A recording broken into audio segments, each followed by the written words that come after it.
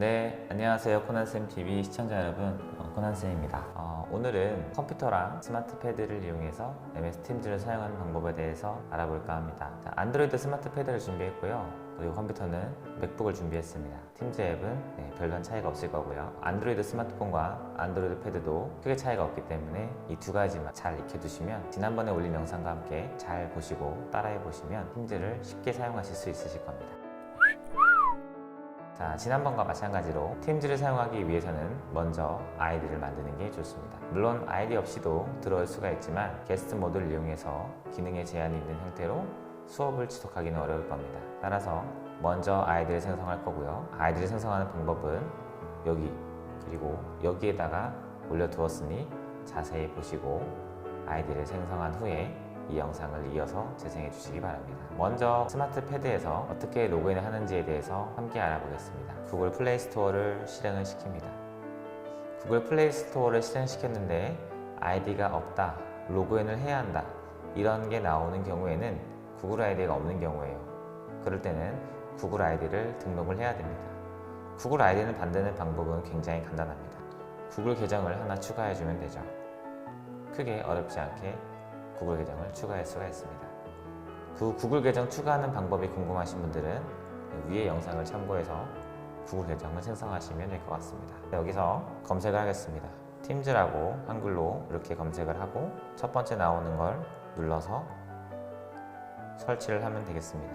설치를 하는데 조금 시간이 오래 걸릴 수 있어요. 여유를 갖고 진행해 주시면 될 것 같습니다. 항상 아이디 골뱅이 도메인 형태로 아이디 로그인이 이루어지는데요. 혹은 전화번호로 로그인하는 경우도 있는데 그거는 개인 계정인 경우고요. 대부분 이런 형태로 아이디가 이루어지니까 아이디 규칙을 꼭 기억해 주시면 좋겠습니다. 충청부터 교육청 같은 경우에는 이 골뱅이 뒤에 있는 도메인이 학교 도메인 형태로 개별적으로 좀 어렵게 구성이 되어 있는 경우가 많이 있습니다. 이럴 때는 별도로 도메인을 구입하는 게 좋습니다. 왜냐하면 초등학교 저학년 같은 경우는 영어를 아직 모르는데 이걸 입력하기가 쉽지 않겠죠. 저는 그래서 장야의 약자에 해당하는 JY를 입력을 했고요. 그리고 가장 쉽게 우리가 접근할 수 있는 영어 단어인 헬로우를 이용해서 장야초등학교 안녕 이런 형태로 입력을 했습니다. 자, 스마트 패드 화면에서 입력을 했고요. 로그인을 해보겠습니다. 엔터를 눌렀고요. 암호를 입력하라고 나오네요. 자, 그럼 여기에서 암호를 입력하시면 됩니다. 창에 한번 눌러서 입력할 수 있도록 키보드를 띄워주시고 그리고 학교에서 제공한 형태의 암호 혹은 내가 개별적으로 만든 암호를 입력하시면 됩니다. 주의하실 점은 여기에 특수문자가 꼭 하나는 들어가야 됩니다. 따라서 특수문자 입력하는 방법에 대해서 알아야 되는데 여기 보시면 화살표가 있죠? 화살표 버튼을 누르시고 느낌표 혹은 화살표 버튼을 누르고 2번 위에 있는 골뱅이 화살표를 누르고 샵 등의 특수문자를 입력할 수가 있습니다. 저는 암호를 쳐서 들어가 보도록 할게요. 자, 지금 이렇게 로그인을 했고요.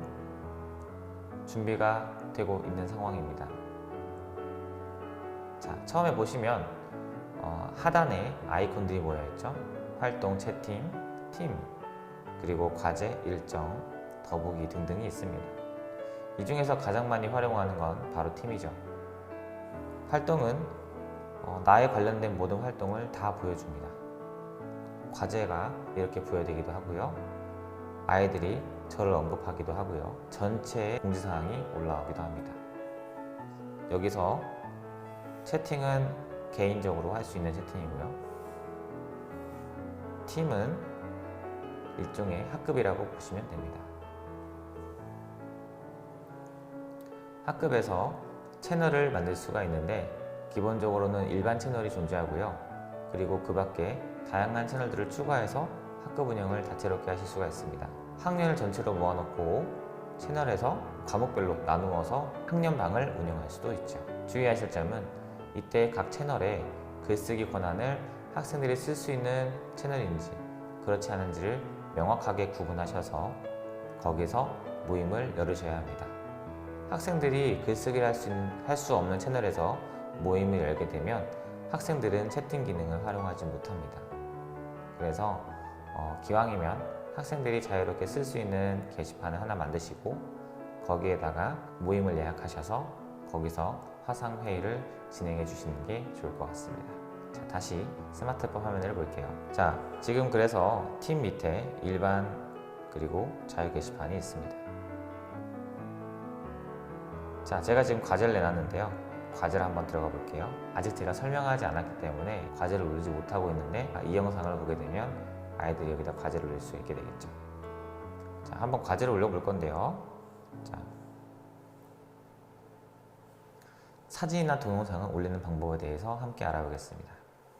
여기에서 작업 추가 버튼을 누릅니다. 그러면 새로운 창이 나타나죠. 근데 이 가로 화면에는 함정이 있습니다. 이 화면을 세로로 이렇게 돌려보면 보이지 않던 메뉴가 나타나죠. 바로 이 디바이스에서 업로드, 요거 선택을 합니다.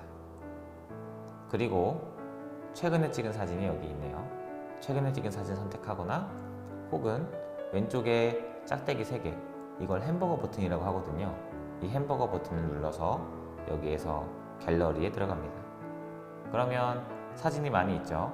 저는 오늘 찍은 사진을 선택하고 업로드를 하겠습니다. 방금 뭔가 슉 지나갔는데 이게 바로 업로드가 됐다는 얘기입니다. 완료 버튼을 눌러서 첨부하도록 하겠습니다. 이렇게 업로드를 할 수 있고요. 제출을 누르게 되면 제출이 완료가 되는 겁니다. 스마트폰을 하실 때는 크게 상관이 없는데 스마트 패드로 할 때는 업로드 버튼이 보이지 않아서 사진을 못 올리는 친구들이 많이 있습니다. 따라서 화면을 한번 돌려서 이렇게 찾아보시면 좋을 것 같습니다. 자, 그러면 교사는 어떻게 과제를 부여하는지 한번 볼까요? 인터넷 창에서 팀즈를 검색하시고 공식 홈페이지에서 팀즈 다운로드 선택을 하시고 설치한 후에 로그인 하시면 되겠습니다. 여기서 교사가 과제를 내기 위해서는요, 이 일반 게시판에 들어가야 됩니다. 일반 게시판, 그리고 과제 탭을 선택을 하게 되죠. 여기에서 만들기 과제를 누르게 되면 새로운 과제를 부여할 수 있게 되고요. 제목과 내용을 입력을 하고 할당을 하면 되겠습니다. 과제를 내는 방법에 대해서 제 유튜브에 과제 기능에 대한 소개 영상이 있으니까요. 그 영상을 참고해 주시면 좋을 것 같습니다. 이 과제를 수정할 수도 있는데요. 일단은 제가 제출한 과제를 한번 볼게요.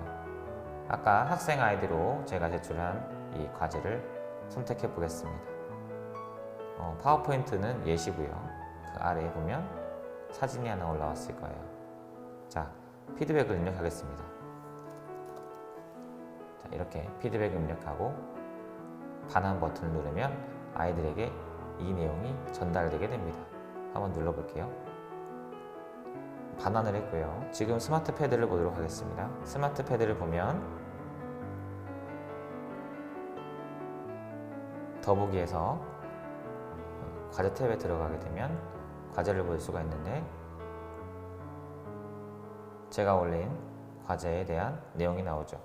자, 피드백을 보시면 여기에 참 잘 만들었구나, 대단하다 라고 교사의 피드백이 나오게 됩니다. 자, 이렇게 지금 스마트 패드와 컴퓨터를 번갈아 가면서 교사 아이디와 학생 아이디를 통해서 어떻게 과제를 부여하고 어떻게 과제를 제출하고 그리고 그 과제를 어떻게 피드백하는지까지 함께 보았습니다. 자, 오늘은 이렇게 해서 노트북과 스마트 패드를 이용해서 로그인을 해보고 그리고 과제를 부여하는 방법에 대해서 함께 알아보았습니다. 자, 팀을 만들거나 학생을 추가하거나 하는 과정은 스마트폰과 동일합니다. 쉽게 누구나 하실 수가 있으니까요. 자, 한 번씩 따라해 보시고 과제 기능을 한번 활용해 보시면 좋을 것 같습니다. 자, 구독과 좋아요, 알람 설정 꼭 해주시고요. 자, 오늘도 끝까지 봐주셔서 감사드립니다. 그럼 다음에 또 인사드릴게요.